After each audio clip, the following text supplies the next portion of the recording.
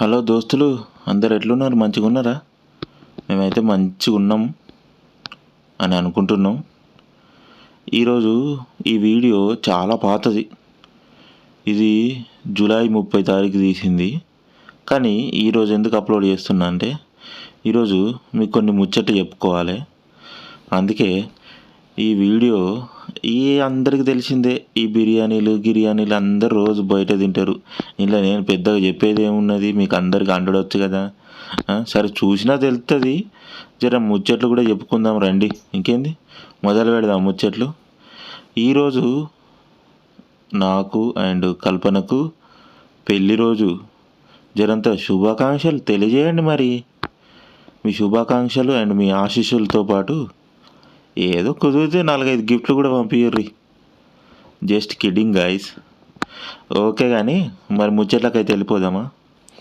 ఇక మరి శుభ సందర్భాన మన జీవితంలో జరిగిన కొన్ని ముచ్చట్లనైతే చెప్పుకుందాం. ఇక ఏం లేదు గాయస్, మాదైతే ఈరోజు పెళ్ళి రోజు మంచిగా ఎంజాయ్ చేసి ఫుడ్ ప్రిపేర్ చేసుకొని తిందాం అనుకున్నా. ఈ వీడియోలు తీసుడు నా వల్ల కావట్లేదు. ఏం చేద్దాము అని అటు పులావ్ చేసిన, ఇటు కర్రీ చేసిన.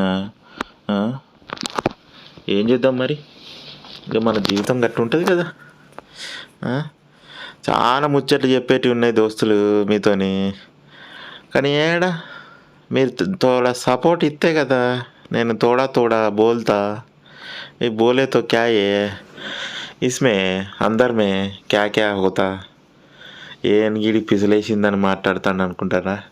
ఏం చేద్దాం ఫ్రెండ్స్, అసలు ముచ్చట్లు చెప్పుకుందామంటేనేమో ఇన్ని బాధలు ఏం బాధలు అని చెప్పుకోవాలి.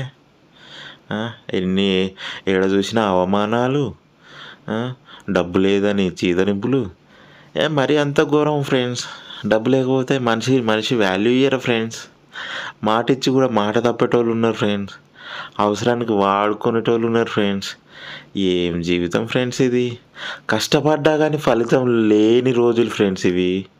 అవి ఆ నెయ్యిలాగా.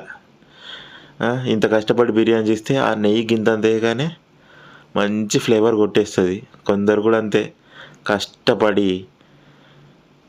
పని చేసిన వాళ్ళకు వాల్యూ ఇయ్యరు. కానీ ఏదో లాస్ట్లో వచ్చి ఇది నేను చేసిన అని చెప్పగానే వాళ్ళకి వాల్యూ ఇస్తారు ఫ్రెండ్స్.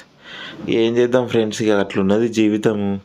ఇక కొందరు బంధుకానాలల్లో అయితే మరీ ఘోరం తయారైన ఫ్రెండ్స్. అవసరానికే మాటలు ముచ్చట్లు. అదే వాళ్ళకు మనం అవసరం అవుతాము, మనకు అవసరం అవుతారా అనుకుంటే అస్సలు కారు. అందుకే ఇసొంటోళ్ళను ఏం చేస్తాం ఫ్రెండ్స్, ఏం చేయలేం. మన చేతిలో ఏమున్నది? వీలైతే మాట్లాడాలి, లేకపోతే మాట బంద్ చేయాలి, అంతే కదా. ఇంకేమున్నది మరి? ఇగో దీని లెక్క ఇంత మంచిగా అన్నం కూరలు అన్నీ వండుకున్నామా. కానీ చూడండి, ఇప్పుడు నెయ్యి వేసి మరి మంచిగా ఏం చేద్దాం అనుకుంటానా. ఇగో పరోటా అయితే తీసుకొచ్చుకున్నా. ఇగో ఇది కూడా అంతే, అద్దెకు బంధుత్వాలను తెచ్చుకోవాల్సి వస్తుంది.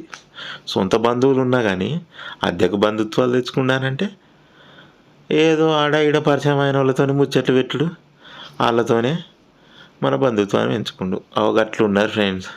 మరీ ఘోరం కదా. ఇక కొందరు అయితే ఇక వాళ్ళ గురించి అసలు చెప్పక్కర్లేదు. మన అవసరం వాడుకొని మన ద్వారా డెవలప్ అయ్యి మనల్ని దేకరు ఫ్రెండ్స్. దేకుడు అంటే మనం సాయం చేయకుండా పర్లేదు, 4 మాటలు కూడా మాట్లాడరు. అట్లున్నారు.